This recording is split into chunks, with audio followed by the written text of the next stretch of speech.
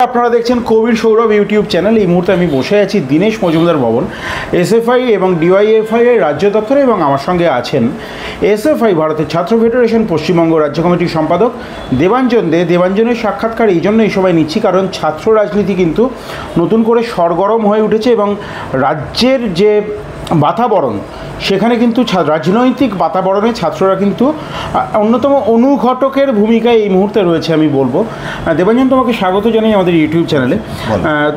প্রথম যেটা প্রশ্ন আজকের এই মুহূর্তে সবথেকে যেটা রেলেভেন্ট খবর, যে সুবর্ণ গোস্বামী, ডক্টর সুবর্ণ গোস্বামী আর.জি. কর আন্দোলনের অন্যতম মুখ, তাকে এবং বিশিষ্ট চিকিৎসক, তাকে সম্ভবত ৫৫তম বারের জন্য ১৫ বারের জন্য আজকে ট্রান্সফার করা হলো ডেপুটি সিএমওইচের পদ থেকে। বর্ধমানের ডেপুটি সিএমওইচ ছিলেন, সেখান থেকে দার্জিলিংয়ে। কী বলবে বিষয়টা? এবং সবথেকে গুরুত্বপূর্ণ যে এতবার ট্রান্সফার করা হয়েছে মাত্র গত ৮-১০ বছরে। আসলে এটা পরিষ্কার হয়ে যাচ্ছে এই পশ্চিমবাংলার বুকে মত প্রকাশের অধিকার কতটা ভুলুণ্ঠিত, সেটা এই থেকে বোঝা যায়। ভিন্ন মত, প্রতিবাদ যে জায়গা থেকেই যে মানুষের দ্বারাই সংগঠিত হবে তাদের ওপরই এই ধরনের প্রতিহিংসামূলক আচরণ রাজ্যের সরকার করছে, প্রশাসন করছে। শুধু সরকার তো নয়, সরকারের সমস্ত মেকানিজম ব্যবহার করা হচ্ছে তাদের বিরুদ্ধে। হচ্ছে যে এই ধরনের একটা কোথাও ট্রান্সফার করে দেওয়া, অথবা হচ্ছে যে গাড়ির তলায় পিষে মেরে দেওয়া, অথবা পুলিশের লকআপের মধ্যে নিয়ে চলে যাওয়া। একই তো ঘটনা। আমি এই ঘটনাটাকে খানিকটা কানেক্ট করবার চেষ্টা করব। ঠিক যেভাবে ডক্টর সুবর্ণ গোস্বামী উনি আর.জি. করের যে আন্দোলন, আর.জি. করের যে ঘটনা, যে নারকীয় ঘটনা, তারপরে যে আন্দোলন গড়ে ওঠা, সেই আন্দোলনে উনি যে ভূমিকাটি নিয়েছিলেন, ঠিক একই রকমভাবে অভিনব, ইন্দ্রানুজ, রাসেলরাও একটা প্রতিবাদের কণ্ঠ হিসেবে কথা বলতে গিয়েছিল ব্রাত্য বসুর সঙ্গে যাদবপুর বিশ্ববিদ্যালয়তে ছাত্র সংসদ নির্বাচনের দাবি নিয়ে, নিরাপত্তার জন্য। সুবর্ণ গোস্বামীও নিরাপত্তার কথাই বলে গেছিলেন, যে ক্যাম্পাসের মধ্যে নিরাপত্তা কোথায়, এই প্রশ্নটা তুলেছিলেন। ইন্দ্রানুজরা, অভিনবরা, এরাও তো এই প্রশ্নটাই তুলেছিল। এই প্রশ্নটা তুলেছিল বলে ঠান্ডা মাথায় পরিকল্পিতভাবে এদেরকে খুন করবার চেষ্টা হলো। সুচরিতা, শাওলি, আখিরা মেদিনীপুর কলেজের ভেতরে ছাত্র ধর্মঘট সংগঠিত করতে গিয়ে তো এই প্রশ্নগুলোই তুলেছিল, প্রতিবাদের কণ্ঠ হিসেবে নিজেদেরকে তুলে ধরেছিল। সেই কারণে তাদেরকে স্তব্ধ করবার জন্য একটি ছাত্রীকে, তাকে ক্যাম্পাসের ভেতর থেকে সকাল ৯টার সময় পুলিশ তুলে নিয়ে গেল, রাত ২:৩০ পর্যন্ত তাকে লকআপের মধ্যে রেখে অকথ্য অত্যাচার চালালো। তার মানে এইটা হচ্ছে এখন পশ্চিমবাংলায় মত প্রকাশের অধিকার কোন জায়গায় দাঁড়িয়ে আছে, তার সবথেকে নিয়ারেস্ট এক্সাম্পল এই মুহূর্তে দাঁড়িয়ে আজকের দিনে সকাল থেকে যা শুনছি আমরা, ডক্টর সুবর্ণ গোস্বামীর ট্রান্সফার। আমরা বলছি এইভাবে আটকানো যায় না। সুবর্ণ গোস্বামীকে ১৫ বার ট্রান্সফার করেও কিন্তু সুবর্ণ গোস্বামীকে আটকানো যায়নি। সুচরিতা, শাওলি, আখিদেরকে ওইভাবে অত্যাচার করেও মেদিনীপুর কলেজের ভেতরে তার দুদিনের মাথায় মেদিনীপুর কলেজের সমস্ত ছাত্রছাত্রীরা তারা কলেজ শাটডাউন করে দিয়েছিল, বিক্ষোভে নেমেছিল। অভিনব, রাসেল, ইন্দ্রানুজকে গাড়ির তলায় পিষে মারবার চেষ্টা করেও যাদবপুর বিশ্ববিদ্যালয়কে থামানো যায়নি। এইভাবে থামানো যায় না, এইভাবে থামানো যাবে না। এটা যত দ্রুত রাজ্যের সরকার বুঝতে পারবে তাদের জন্য তত ভালো। তুমি খুব, আমি জানি না ইন্টেনশনালি বা ডেলিভারেটলি কিনা, তুমি পিষে মারা কথাটা বারবার করে উল্লেখ করছো, পিষে মারা।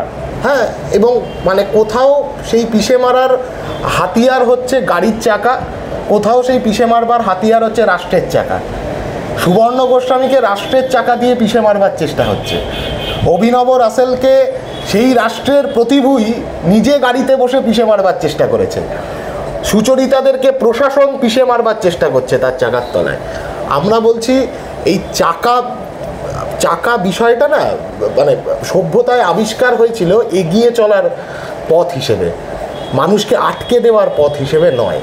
সেইটা যত দ্রুত সরকার বুঝবে, বা এই তৃণমূল, এই বিজেপি এরা বুঝতে পারবে, তত এদের পক্ষে মঙ্গল বলে আমার মনে হয়। তোমাদের নিন্দুকরা, আমার কথা হচ্ছিল তৃণমূল সমর্থকের সঙ্গে, তৃণমূল ছাত্র পরিষদ তোমাদের প্রতিপক্ষের সঙ্গে, তারা বলছে এসএফআই কুম্ভীরাস্ত্র বর্ষণ করছে। কোথায় ছিল এসএফআই যখন ইন্দ্রানুজরা বুদ্ধদেব ভট্টাচার্যকে কোট আনকোট খুব খারাপ একটি শব্দ ব্যবহার করেছেন? আমি নাইবা বললাম সে কথা, সবাই জানেন। কি বলবে, এসএফআই কি সত্যি আজকে কুম্ভীরাস্ত্র বর্ষণ করছে? এর মধ্যে কুম্ভীরাস্ত্র তো বর্ষণ করছে তৃণমূল। তার কারণ তারা বুঝতে পারছে যে ক্যাম্পাসের ভেতরে যদি ছাত্র সংসদ নির্বাচন হয় তাদের ঠাঁই হবে না। আর তুমি যে কথাটি বললে, ঠিকই তো, আমরা সেই পোস্ট দেখেছি তো ইন্দ্রানুজের।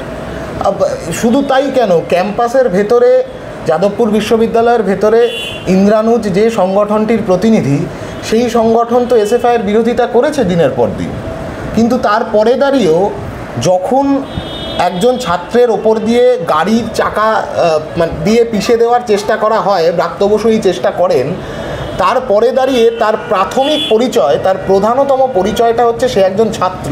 সে কোন সংগঠন করে, সে কোন মতবাদে বিশ্বাস করে, সেসবের ঊর্ধ্বে গিয়েও তার ছাত্র পরিচয়টাই, তার ছাত্রত্বটাই মূল পরিচয়। বুদ্ধদেব ভট্টাচার্য আমাদের প্রজন্মকে তার গোটা জীবন দিয়ে, তার গোটা জীবনবোধ দিয়ে এটাই শিখিয়ে গেছেন যে ওই সময় দাঁড়িয়ে উনি, ওই ছেলেটি, সে বুদ্ধদেব ভট্টাচার্যের সম্পর্কে কী কথা বলেছে সেই কথা মাথায় রেখে তার পাশে দাঁড়াবো না, এটা হতে পারে না। আমি এর আগেও নানান চ্যানেলে নানান ইন্টারভিউতে এই কথা বলেছি যে যদি তৃণমূল ছাত্র পরিষদের কেউ ছাত্র সংসদ নির্বাচনের দাবি জানাতে গিয়ে, গণতান্ত্রিক সুষ্ঠু পদ্ধতিতে ছাত্র সংসদ নির্বাচনের দাবি জানাতে গিয়ে তৃণমূলের যে কোনো নেতামন্ত্রীর যদি মমতা ব্যানার্জির গাড়ির তলাতেও পড়ে যায়, তার জন্যেও এসএফআই রাস্তায় নামবে, এটা নিশ্চিন্তে বলতে পারি। খুব সিরিয়াস একটা বিষয় ঢুকবো। ময়ূখ রঞ্জন ঘোষ তোমাদের প্রাক্তনী, আমি যতদূর জানি, রিপাবলিক বাংলা, আমি এই নিয়ে একাধিক প্রতিবেদনও করেছি। যাদবপুর বিশ্ববিদ্যালয়ের ঘটনাকে কেন্দ্র করে যাদবপুরের ছাত্রছাত্রীদেরকে কিন্তু একটা অ্যান্টি যাদবপুর প্রোপাগান্ডা তারা রেগুলারলি চালিয়ে যাচ্ছে। ভারত বিরোধী, ভারত ভাগ করতে চাওয়া, টুকরে টুকরে গ্যাং, পাকিস্তানের সঙ্গে যোগাযোগ, মাওয়িস্ট কানেকশন, এই বিষয়গুলো তুলে আনছেন। কি বলবে বিষয়টাকে? আমি এর আগেও বলেছি, একটা পলিটিক্যাল জিঙ্গোইজম তৈরি করবার চেষ্টা হচ্ছে যাদবপুর বিশ্ববিদ্যালয়ের বিরুদ্ধে। তুমি যার কথা বললে, এ তো মানে আমি সবসময় বাইরে একাধিকবার এই কথা বলেছি, আমি রিপাবলিকের বুমেও এই কথা বলেছি যে কোনো সাংবাদিকের মাইনে বাড়ানোর দায়ে এসএফআইয়ের নয়। উনি ওনার মাইনে বাড়ানোর তাগিদে উনি কি করে যাবেন তার সব কিছুর উত্তর দিতে হবে আমাদের, এমনটা নয়। কিন্তু শুধু তো কোনো মিডিয়া চ্যানেল বা কোনো একজন দুজন মিডিয়া পার্সন নয়, পলিটিক্যাল লিডাররা, বিজেপি, তৃণমূল নেতা, মন্ত্রী, এমপি, রাজ্যসভার এমপিরা, তারা কন্টিনিউয়াস এই গোটা মাসটা জুড়ে, গোটা মার্চ মাস জুড়ে একাধিকবার নানান হুমকি, হুঁশিয়ারি যাদবপুর বিশ্ববিদ্যালয়কে মেলাইন করবার একাধিক চেষ্টা করে গেছে। আমার এটা মনে হয়, এবং যাদবপুর বিশ্ববিদ্যালয়ের ছাত্রছাত্রীদেরও এটা মনে হয় নিশ্চিতভাবেই, যে যাদবপুর বিশ্ববিদ্যালয় এমন একটা প্রতিষ্ঠান, যে প্রতিষ্ঠান কিন্তু গোটা রাজ্যের ভেঙে পড়া পড়াশোনার ব্যবস্থার মধ্যেও নিজেদের জায়গাটা মোটের ওপর ধরে রাখতে পেরেছে। এত কিছুর মধ্যেও যদি দেখা যায় বিশ্ব র্যাঙ্কিংয়ে, বিশ্ববিদ্যালয়গুলোর বিশ্ব র্যাঙ্কিংয়ে যাদবপুর বিশ্ববিদ্যালয় কিন্তু এর আগের র্যাঙ্কিং থেকে উন্নত হয়েছে। এই সবটা মিলিয়ে যাদবপুর বিশ্ববিদ্যালয়টাকে এই রাজ্যের সরকার, তৃণমূল, বিজেপি ঠিক নিজেদের ক্রাইম সিন্ডিকেটের ঘেরাটপের মধ্যে আনতে পারছে না। যে ধ্বংসলীলা রাজ্যের সমস্ত বিশ্ববিদ্যালয়, স্কুল, কলেজে তৈরি করেছে, গোটা শিক্ষা ব্যবস্থায় তৈরি করেছে, সেই ধ্বংসলীলার মধ্যে দাঁড়িয়েও ওই যে টিম করে জ্বলছে একটা বিশ্ববিদ্যালয়, যা হোক করে নিজের মানটা বাঁচিয়ে রাখতে পারছে, এইটাতে যত বেশি মানে গরিব মানুষের, গরিব ছেলে মেয়েদের পড়বার ঠিকানা হচ্ছে যাদবপুর বিশ্ববিদ্যালয়, তত বেশি গায়ে জ্বালা ধরছে তৃণমূল এবং বিজেপির। সেই কারণে এই পলিটিক্যাল জিঙ্গোইজমটা তৈরি করা। আমি এর আগেও বলেছিলাম যে আমি যাদবপুর বিশ্ববিদ্যালয়ের ছাত্রছাত্রীদের কাছে এই আবেদন রেখেছিলাম যে তোমরা এফআইআর করো, মামলা করো। ওরা এফআইআর করেছে, ওরা একাধিক কলকাতা পুলিশের সিপির কাছে ওরা একাধিক অভিযোগ দায়ের করেছে, এখনও অবধি কোনো ব্যবস্থা নেওয়া হয়নি। আচ্ছা, যারা এই ধরনের পলিটিক্যাল জিঙ্গোইজমগুলো ছড়াচ্ছে তাদের এইটুকু বোধ নেই যে এই গোটা মাসটা জুড়ে, কয়েকদিন আগে দোল উৎসব গেছে, সামনে ঈদ, এই সময়টাতে ছাত্রছাত্রীরা তারা বাড়িতে ফেরে। যাদবপুর বিশ্ববিদ্যালয়তে মূলত যদি দেখা যায় 70% ছেলেমেয়ে কিন্তু গ্রামীণ অঞ্চল থেকে পড়াশুনো করতে আসে। আচ্ছা, এরা যখন তাদের গ্রামে ফিরবে, এদের নিরাপত্তার অভাব যদি এরা বোধ করে, কে দায় নেবে? অতএব এই যে বললো না, নিরাপত্তার প্রশ্নটা এই রাজ্যে তৃণমূল, বিজেপি, বোধ প্রশাসন এবং এই ধরনের যারা এই পলিটিক্যাল জিঙ্গোইজম ছড়াচ্ছে, তুমি যাদের নাম বললে, রিপাবলিক ইত্যাদি, এদের কারোর বোধ বুদ্ধির মধ্যে এই নিরাপত্তার প্রশ্নটা নেই। তার কারণ এরা is only targeted towards maligning the university.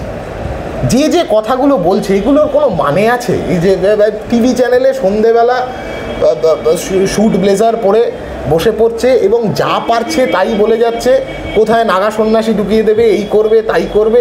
এই যে কথাগুলোর কোনো মানে নেই, তার কারণ হচ্ছে মূল কথা থেকে সরিয়ে নিয়ে যেতে হবে মানুষকে। মানে সন্ধেবেলা টিভির চর্চাটা হবে মানুষকে তার মূল এজেন্ডা থেকে সরিয়ে নিয়ে যাওয়া। যাদবপুরে কেন স্থায়ী ভিসি নেই কেউ প্রশ্ন করছে? যাদবপুরে কেন স্থায়ী রেজিস্ট্রার নেই? কেন আর্টস, ইঞ্জিনিয়ারিং, সায়েন্স তিনটে ফ্যাকাল্টিতেই ফ্যাকাল্টি কাউন্সিলটা টেম্পোরারি? কেন জমি, যাদবপুর বিশ্ববিদ্যালয়ের জমির লিজের ভ্যালিডেশন গত 2 বছর আগে শেষ হয়ে গেছে, কেন সেই জমির লিজ রিনিউ করা হলো না? 2 বছর ধরে কেন রিনিউ করা হলো না সেই প্রশ্নটা উঠছে না। হঠাৎ করে পুলিশ বলছে মানে আউটপোস্ট বানাবে যাদবপুর বিশ্ববিদ্যালয়ের ভেতর। এই রাজ্যের সমস্ত বিশ্ববিদ্যালয়, কোনো বিশ্ববিদ্যালয়তে আউটপোস্ট বানানোর প্রয়োজন পড়লো না, যাদবপুর বিশ্ববিদ্যালয়তে প্রয়োজন পড়ছে কেন? তাহলে কি ওই পুলিশ আউটপোস্টের মধ্যে বাইরে থেকে ভাড়া করে নিয়ে যাওয়া তৃণমূলের গুন্ডারা তারা তাদের ঠিকানা, তারা তাদের আশ্রয় তৈরি করবে ওই পুলিশ আউটপোস্টে? এই প্রশ্নগুলো সামনে আনা হচ্ছে না। এই প্রশ্নগুলোকে ঢেকে দেওয়ার জন্যই সন্ধেবেলা কি জবাব চায় না কি চায়, মানে জবাব চায় নাকি ময়ূক রঞ্জন মাইনে চায় সেটা বোঝা যায় না। তো এই ধরনের মানে সার্কাস চলছে কার্যত আর কি। রাজনীতিকে কতটা কদর্য করে দেওয়া যায় এইটা এদের সবার লক্ষ্য। একটা বিষয়কে সামনে নিয়ে এসছে রিপাবলিক, সেটা হচ্ছে যে যাদবপুরে কিন্তু মদ এবং গাঁজার চাষ হয়। মানে গাঁজার চাষ বলতে আমি মানে কৃষির কথা বলছি না, মদ এবং গাঁজার মানে ইনটেক আর কি।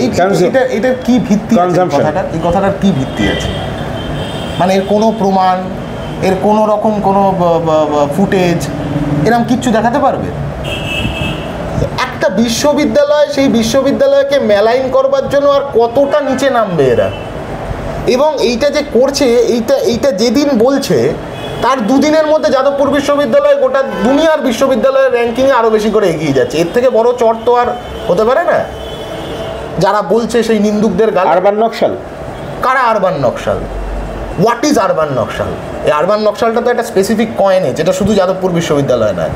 যে কার্ড বিজেপি কন্টিনিউয়াস খেলে গেছে জেএনইউকে মেলাইন করবার জন্য, জেএনইউকে মেলাইন করবার জন্য একটা গোটা সিনেমা তৈরি হয়েছিল, প্রোপাগান্ডা ফিল্ম তৈরি হয়েছিল একটা বিশ্ববিদ্যালয়কে মেলাইন করবার জন্য। একই কার্ড পশ্চিমবাংলার মাটিতে খেলা হচ্ছে যাদবপুর বিশ্ববিদ্যালয় সম্পর্কে। হু আর আরবান নকশাল? যারা প্রতিবাদ করবে তারাই আরবান নকশাল, যারা সত্যি কথাটা, হকের কথাটা বুক চিতিয়ে বলবে তারা আরবান নকশাল। পশ্চিমবাংলায় আমরা তো দেখেছি মমতা ব্যানার্জি, ভুলে গেছি নাকি, প্রেসিডেন্সি তৎকালীন সময় প্রেসিডেন্সি কলেজ বোধহয় একজন ছাত্রীকে ওপেন টিভিতে ওপেন অন ক্যামেরা তাকে বলে দিয়েছিল তানিয়া ভারদ্বাজ। শিলাদিত্যের ঘটনা দেখেছি তো, একটার পর একটা ঘটনা দেখেছি। অম্বিকেশ মহাপাত্র, এই যাদবপুর বিশ্ববিদ্যালয়ের অধ্যাপক, কি হয়েছিল ওনার সাথে? একটা কার্টুন শেয়ার করেছিলেন, তার জন্য ওনাকে জেলে রাত কাটাতে হয়েছিল। পশ্চিমবাংলাকে বিজেপি, আরএসএস, ফ্যাসিবাদের, নিও ফ্যাসিজমের, 21 শতকের ফ্যাসিবাদের গবেষণাগারে পরিণত করেছে। আমি আবারও বলছি, করতে চাইছে এমন নয়, করেছে।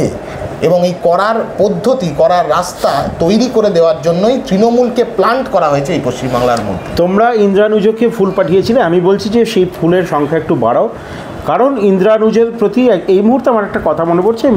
তিনি মেলালেন ইন্দ্রানুজ বৃহত্তর বাম ঐক্যের পথ প্রশস্ত করলেন। আবার তোমাদের মত অনুযায়ী তৃণমূল বিজেপির যে সেটিং, সেই সেটিংকেও এস্টাবলিশ করলেন, কারণ বিজেপি কোনো পিকচারেই ছিল না, কিন্তু পিকচার আবি বাকি হ্যায় দোস্ত বলে বিজেপি হঠাৎ করে দেখা গেল যাদবপুর বিশ্ববিদ্যালয়ের গেটে চড়াও হলো। যাদবপুরকে গুড়িয়ে দেওয়ার কথা বিজেপির একাধিক নেতামন্ত্রী, সাংসদরা বলছেন। কি বলবে? দেখো, যখন এটা পৃথিবীর ইতিহাস এটা দেখিয়েছে, যতবার মানে শোষক যারা, তারা যতবার সংগঠিত হয় না, ঐক্যবদ্ধ হয় না, যত বেশি ঐক্যবদ্ধ হয়, যত বেশি সংগঠিত হয়, শোষিতরাও তার দ্বিগুণ, তার 3 গুণ, তার 4 গুণ সংগঠিত হয় এবং ঐক্যবদ্ধ হয়।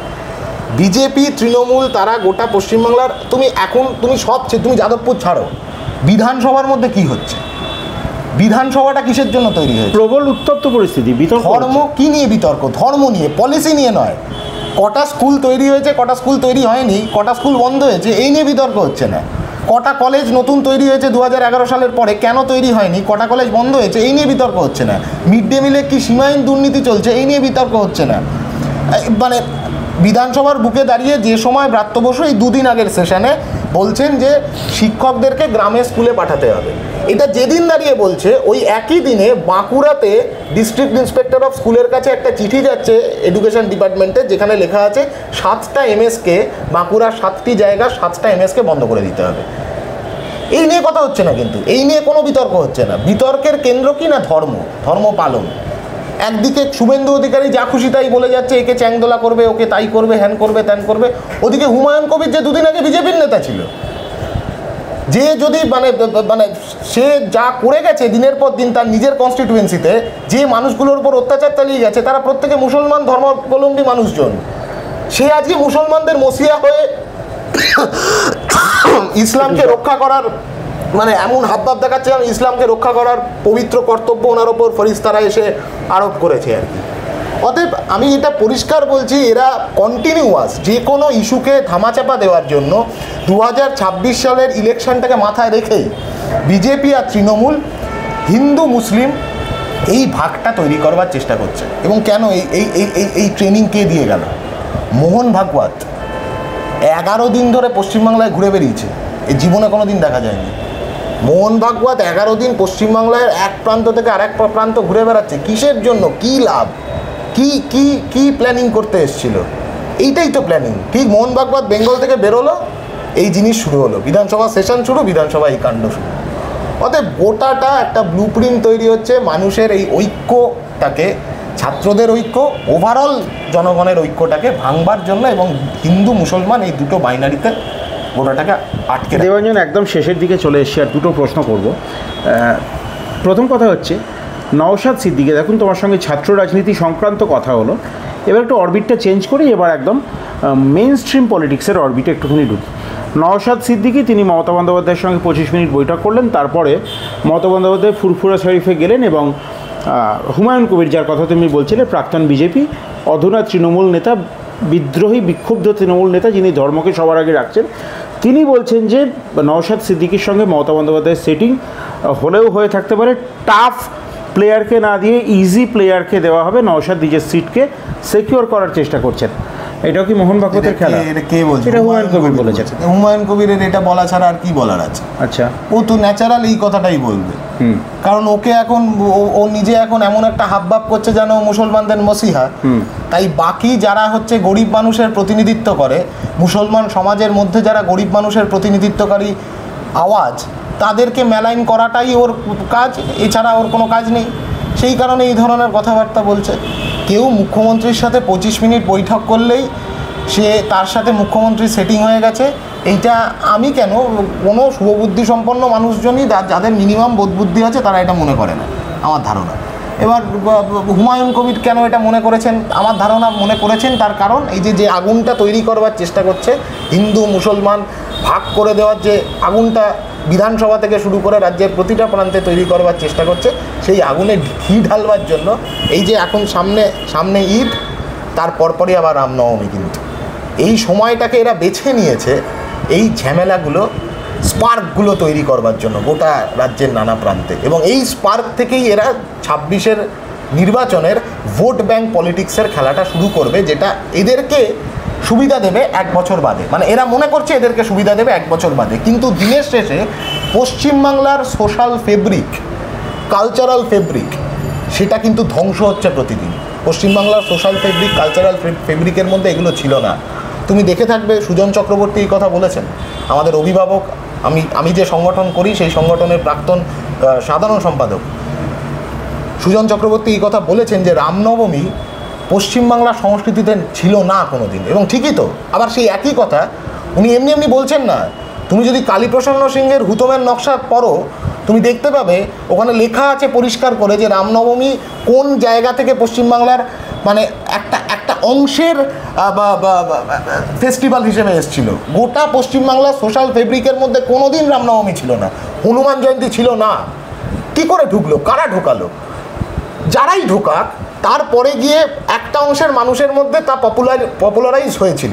আমি নিজে উত্তর কলকাতায় বাড়ি আমার, এই যে রাম মন্দির, মানে সেন্ট্রাল এভিনিউর ওপরে যে রাম মন্দির, সেই রাম মন্দিরে 7 দিন ধরে রামনবমী উৎসব হতো। 7 দিন ধরে মাইক বাজিয়ে তুলসী দাসের রামায়ণ পড়া হতো। সেইটা ছিল রামনবমীর সংস্কৃতি। অস্ত্রের উৎসব করা, অস্ত্র নিয়ে হচ্ছে মিছিল করা, এটা আমরা কোনো দিন ছোটোবেলা থেকে দেখিনি। ছোটোবেলা থেকে ওই চত্বরে বড় হয়েছি, দেখেছি তো ওই চত্বরে বহু মানুষজন যারা রামের উপাসক আর কি, তারা এই উৎসব পালন করতো। তো কোনো দিন এটা দেখা যায়নি যে কোনো রাজনৈতিক দল তারা এইটা মানে এটা তাদের কর্মসূচি হিসেবে তারা গ্রহণ করছে যে রামনবমী করতে হবে। এই এখন কয়েকদিন আগে বিরোধী দলনেতা সে বলছে গোটা রাজ্য জুড়ে 20,000, 25,000, 30,000 রামনবমী করবে। এর চাইতে হিন্দু পথে নামবেন, এর চাইতে বলো না যে আমি গোটা রাজ্য জুড়ে 20,000, 25,000, 30,000 স্কুল তৈরি করব, কলেজ তৈরি করব, 1 কোটি ছেলে মেয়ে তারা স্কুলে যাবে, কলেজে যাবে, পড়াশুনো করবে, ড্রপ আউট হবে না। এই কথাটা কেউ বলছে না তো। তাহলে কোনটা আগে, ধর্ম নাকি পেট? ধর্ম নাকি মগজ? ধর্ম নাকি শিরদাঁড়া? খালি পেটে ধর্ম হয় না, বিবেকানন্দ বলেছিলেন। এবং এবং এবং মানে এই নুয়ে পড়া শিরদাঁড়াতেও যে ধর্ম হয় না, সেটা বোঝা যাচ্ছে। আমি তোমার লব্জে শব্দের যোগান দিচ্ছি না, কিন্তু বিবেকানন্দ বলেছিলেন যে গীতা পড়ার চেয়ে ফুটবল খেলা ভালো। আমি ঠিক আছে, তোমাদের একটা এখন তো বিবেকানন্দর ফ্র্যাঞ্চাইজি নেওয়ার চেষ্টা করছে বিজেপি, এবং সেটা দেখাই যায় তো। এখন তোমরাও তো বিবেকানন্দকে নিয়ে, অবশ্য বিবেকানন্দের দাদা ভাই তোমাদের অনুগামী ছিলেন, আমি সেসব বিষয়ে যাচ্ছি না। আমরা ওনাদের আচ্ছা, মানে তোমাদের মতবাদের অনুগামী আর কি। যাই হোক, আমি আর একেবারে শেষ প্রশ্ন, তুমি দাবি করলে যদি ছাত্র সংসদ নির্বাচন হয় তাহলে টিএমসিপি জায়গা পাবে না। আমার প্রশ্ন হচ্ছে, দেবাঞ্জন, 2026 নির্বাচনে তোমরা যে রাজনৈতিক দলকে সমর্থন করো নির্বাচনী রাজনীতিতে, সিপিআইএম খাতা খুলতে পারবে? আচ্ছা, যদি প্রথম কথা হচ্ছে যে খাতা খোলার বিষয়ে এত ভয় তৃণমূল বিজেপির আছে বলেই তো ধর্মের নামে কারবার করে বাংলার রাজনীতির সংস্কৃতিটাকে নষ্ট করে দিতে সফলও হচ্ছে। এই সফল না হলে ওরা এই কারণেই এটা এই মার্কেটিংটা করতে চাইছে ধর্মকে কেন্দ্র করে, যাতে করে হচ্ছে যে বামপন্থীরা তারা তাদের জায়গাটা করতে না পারে। কারণ বামপন্থীরা চিরকাল এই কথাটাই বলে এসছে, শুধু সিপিআইএম সহ অন্যান্য সমস্ত বাম দল তারা চিরকাল এই কথাটাই বলে এসছে যে ধর্ম যার যার নিজের বিষয়, ধর্মের সাথে রাজনীতিকে যুক্ত করো না। জ্যোতি বসু এই কথা বারবার বলে এসছে, বুদ্ধদেব ভট্টাচার্য এই কথা বারবার বলে এসছে। আচ্ছা বলো তো তুমি, এই যে আরএসএসের এতগুলো ক্যাম্প শিবির গত 15 বছরে এই পশ্চিমবাংলার বুকে তৈরি হলো, আরএসএস তো 1925 সালে তৈরি হওয়া। আমি যতদূর মনে পড়ছি 1938 বা 1939 সালে মানিকতলার তেলকল মাঠে এই পশ্চিমবাংলার প্রথম আরএসএসের শাখা তৈরি হয়েছিল।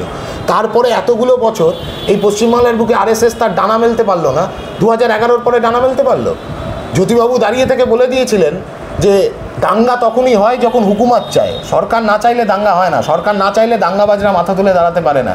বুদ্ধদেব ভট্টাচার্যের এই ধক ছিল এই কথা বলে দেওয়ার যে দাঙ্গা করতে আসলে মাথা ভেঙে পুড়িয়ে দেওয়া হবে। আর মমতা ব্যানার্জির কোন ধক আছে? আরও কড়া কথাই বলছেন, কোমরে দড়ি পরিয়ে জেলে ঢোকাবো। কাকে? মোদিকে বলেছেন কোমরে দড়ি পরিয়ে জেলে ঢোকাবো। যেদিন বলেছে তার দুদিনের মাথায় হচ্ছে মোহন ভাগবতের কাছে মিষ্টির হাড়ি আর মালদার আম পৌঁছে দিয়েছিলেন। আর তার 2 মাসের মধ্যে আবার নরেন্দ্র মোদীর সাথে মিটিং করতে দিল্লিতে চলে গেছিল। অতএব পশ্চিমবাংলার সোশ্যাল ফেব্রিক, পশ্চিমবাংলার সিকিউরিটি, এই যা চলে, এই ধর্মকে কেন্দ্র করে যতবার এই ধরনের অশান্তি তৈরি হয়, কারা সবথেকে বেশি ভুক্তভোগী? ছোট দোকানদার, ছোট কাজ করা লোকজনেরা, গরিব মানুষ যাদের যা হোক করে দিন আনে দিন খায়, যারা রাজমিস্ত্রিরা, তারা তো সব থেকে বেশি হচ্ছে যে ক্ষতিগ্রস্ত হয়। পরিযায়ী শ্রমিকরা সব থেকে বেশি ক্ষতিগ্রস্ত হয়।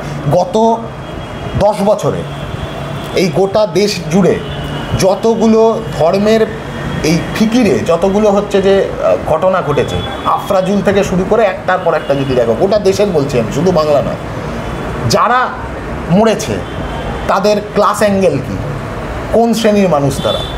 প্রত্যেকে বেশিরভাগ পরিযায়ী শ্রমিক, বাংলা থেকে অন্য জায়গায় কাজ করতে গেছে, এই ধর্মের ফিকিরে খুন হয়ে যেতে হয়েছে, মব লিঞ্চড হয়ে যেতে হয়েছে। আজকে ধর্মটাকে সামনে রেখে মানুষের প্রতিদিনের রুটি রুজির এজেন্ডা, খিদে পেট, কী অবস্থা, জিনিসপত্রের দাম কোন জায়গায় পৌঁছেছে, রেশন দুর্নীতি, রেশনের মানে গণবন্টন ব্যবস্থা কোন জায়গায় দাঁড়িয়ে আছে, শ্রমিকের মজুরি কোন জায়গায় দাঁড়িয়ে আছে, কৃষকের ফসলের ন্যায্য দাম পাচ্ছে না, ক্ষেত মজুরের মজুরি কোন জায়গায় দাঁড়িয়ে, বস্তিবাসী মানুষের মাথার ওপর ছাদ আছে, আবাস নিয়ে কোন দুর্নীতি চলছে, পড়াশোনার ব্যবস্থা, শিক্ষা, স্বাস্থ্য, কর্মসংস্থান, এগুলো একটাও এজেন্ডা না। এজেন্ডা হচ্ছে তোমার ধর্ম কি, তুমি হিন্দু না মুসলমান, কি আমি হিন্দু না মুসলমান, এইটা আমার এজেন্ডা হবে? এদিকে আমার কাজ নেই। আমি তো খুব স্পষ্ট এই প্রশ্নটা করতে চাই যে বিজেপি যদি হিন্দুদেরই পার্টি হয়, হিন্দুদের ত্রাতা হয়, তাহলে গোটা দেশ জুড়ে যখন পড়াশোনার খরচ বাড়ছে তখন হিন্দুদের জন্য কেন পড়াশোনার জন্য স্পেশাল ডিসকাউন্টের ব্যবস্থা করছে না? যদি তৃণমূল মুসলমানদেরই পার্টি হয় তাহলে, বা মুসলমানদের ত্রাতা হয় আর কি, মসিয়া হয়, তাহলে কেন পশ্চিমবাংলার বুকে একটার পর একটা মাদ্রাসা বন্ধ করে দেওয়া হচ্ছে? কেন পশ্চিমবাংলার মাটিতে যখন Maulana Azad national fellowship BJP বন্ধ করে দিল, কেন বাংলার বুকে আমরা যখন পড়াশোনা করেছি মাদ্রাসা একদম প্যারালালি একটা ব্যবস্থা ছিল, একদম স্কুলের মতোই মাদ্রাসা। একদম। এখন একেবারে মাদ্রাসা বন্ধ হয়ে যাচ্ছে, ঠিক আছে, কিন্তু মাদ্রাসা সম্পর্কেও তো তুমি যার কথা বললে তোমাদের প্রাক্তন মুখ্যমন্ত্রী বলা ভুল, রাজ্যের প্রাক্তন মুখ্যমন্ত্রী, তার কথাও তো তার একদম তার কয়েনেজে তো হয়ে আছে যে মাদ্রাসায় জঙ্গি তৈরি হয়। তার আমলে কতগুলো মাদ্রাসায় পশ্চিমবাংলার মাটিতে তৈরি হয়েছিল সেটা শুনলেই বোঝা যায় কোন কয়েনেজটাকে কিভাবে প্লেস করা হয়। শুধু শেষ 2 বছর 2009-10 এই 2009-10 সালে গোটা পশ্চিমবাংলা জুড়ে প্রায় 2000 এসএসকে শিশু শিক্ষা কেন্দ্র গ্রামের পঞ্চায়েতে তৈরি হয়েছিল। এমএসকে মাদ্রাসা শিক্ষা কেন্দ্র 600-র ওপর মাদ্রাসা শিক্ষা কেন্দ্র তৈরি হয়েছিল পঞ্চায়েত ধরে ব্লকে। এখন পশ্চিমবাংলায় কি হচ্ছে? পঞ্চায়েতে মদের দোকান হবে। This is the vision of a গভর্নমেন্টের ভিশন হচ্ছে পঞ্চায়েতে মদের দোকান বানাবো, কিন্তু স্কুল বানাবো না, এসএসকে বানাবো না, এমএসকে বানাবো না, মাদ্রাসা বানাবো না। একটা মাদ্রাসা, আমি তোমার একটা ঘটনা বলতে পারি আমার নিজের চোখে দেখা। একটা মাদ্রাসাতে 96 জন ছাত্রী পড়াশুনো করে, 96 জন, একজন মাত্র টিচার। তার তথৈবচ অবস্থা, সে মানে ছেড়ে দে মাকে দেবাচি অবস্থা তার। সে বলছে আমি যেদিন হচ্ছে ট্রান্সফার পাবো আমি রীতিমতো পালিয়ে যাব। সে কি করবে? সে তার স্নেহ মায়া মমতা দিয়ে হচ্ছে যে তবু আঁকড়ে ধরে রেখেছে মাদ্রাসাটাকে। একটার পর একটা মাদ্রাসা বন্ধ হয়েছে। তাহলে মুসলমানদের ত্রাতা, মুসলমানদের মসিয়া? আচ্ছা, সে যদি মুসলমানদের মসিয়াই হয় তাহলে আনিস খানকে খুন করে দিল। তুমি আমাদের আলোচনাটা শুরু হয়েছিল মত প্রকাশের অধিকার থেকে, এখন প্রায় শেষের দিকে আমি শেষ করতে চাই এটা দিয়েই যে আনিস খান, মইদুল মিদ্দা এরাও তো এই মত প্রকাশ করতে গিয়েছিল, তাদের খুন করে দিল। তাদের খুন করবার পরে সেই যাদবপুরেও যাকে আমার নামটা মনে পড়ছে না, যাদবপুর কাণ্ডেও যাকে গ্রেপ্তার করা হয়েছে তিনিও সম্ভবত ধর্মে মুসলিম। সাহিল, আমি এগুলো আমি এর মধ্যে যাচ্ছি না, আমি এটা প্রজেক্ট করতে চাইছি না যে এক মুসলিম ও হিন্দু, এটা বলছি না। কারণ আমরা যে সংগঠন করি সেই সংগঠনের লড়াইয়ের ময়দানে রক্ত দিয়ে জান দিয়ে রাজ্যের পড়াশোনার ব্যবস্থাটা বাঁচানোর দুটো জ্বলন্ত নাম হচ্ছে সুদীপ্ত গুপ্ত এবং সাইফুদ্দিন মোল্লা। সেই সংগঠন করি বলেই আজও বুকচিতে এই কথা আমরা বলতে পারি যে ধর্ম যার, শিক্ষা সবার, পড়াশোনাটা সব্বার হোক, ধর্ম যে যার মতন পালন করুক, কিচ্ছু যায় আসে না তাতে। কে মন্দির বানাবে, কেউ মসজিদ বানাবে, কেউ গির্জা বানাবে, কেউ গুরুদ্বারা বানাবে, তাতে কিচ্ছু যাবে ওই মন্দিরে যারা যাচ্ছে, ওই গির্জায় যারা যাচ্ছে, ওই গুরুদ্বারায় যারা যাচ্ছে, ওই মসজিদে যারা যাচ্ছে, তারা সবাই পড়তে পারছে কিনা। কারণ ওই পড়তে পারলে তবেই তারা গড়তে পারবে, আর পড়তে আর গড়তে পারলে তবেই যা কিছু পড়েছে আর যা কিছু গড়েছে সেগুলো রক্ষা করবার জন্য লড়তে পারবে।